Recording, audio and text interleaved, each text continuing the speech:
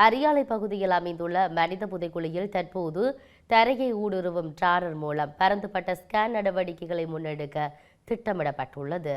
இதற்கான தொழில்நுட்பம் வெளிநாட்டிலிருந்து கொண்டுவரப்பட்டு துரித கதியில் ஆய்வுப் பணிகள் முன்னெடுக்கப்படுகின்றன. இது தொடர்பாக செய்மதி படங்களின் அடிப்படையில் அகழ்வு பணிகளுக்கு வெளியே புதிய இடங்களும் அடையாளம் காணப்பட்டுள்ளன. அவை துறைசார் நிபுணரான சோமதேவாவினால் உறுதி செய்யப்பட்ட பகுதிகளாகும்.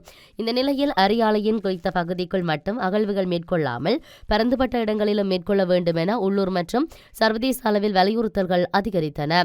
இந்த கோரிக்கைகளை அடுத்து GPR ஸ்கேனிங் இயந்திரம் வெளிநாட்டில் இருந்து கொண்டுவரப்பட்டு தற்போது ஆய்வுகளை ஆரம்பிக்க தயாராகின்றன. இலங்கையில் இதுவரை முல்லைத்தீவு, கொக்கு தொடுவாய் போன்ற இடங்களில் AMRI ஸ்கேனர் பயன்படுத்தப்பட்டிருந்தாலும் தரையை ஊடுருவும் டாரர் பயன்படுத்தப்படும் முதலாவது இடமாக அரியாலை மனித புதைக்குழி காணப்படுகின்றது.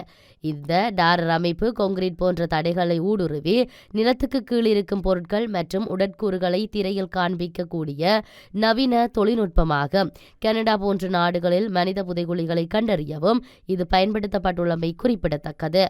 அத்துடன் ஆய்வு பணிகளை எளிதாக்கும் வகையில் அரியாலை புதைக்குழிக்கு அருகில் உள்ள பகுதிகள் சுத்தம் செய்யப்படுகின்றன. இந்த ஸ்கேன் மூலம் மேலும் பல எலும்புக்கூட்டு தொகுதிகள் அடையாளம் காணப்படக்கூடும் என நிபுணர்கள் எதிர்பார்க்கின்றனர். இந்த நிலையில் பாதுகாப்பு அமைச்சின் அனுமதியுடன் விரைவில் இந்த பரந்துபட்ட ஸ்கேன் நடவடிக்கைகள் ஆரம்பிக்க உள்ளது.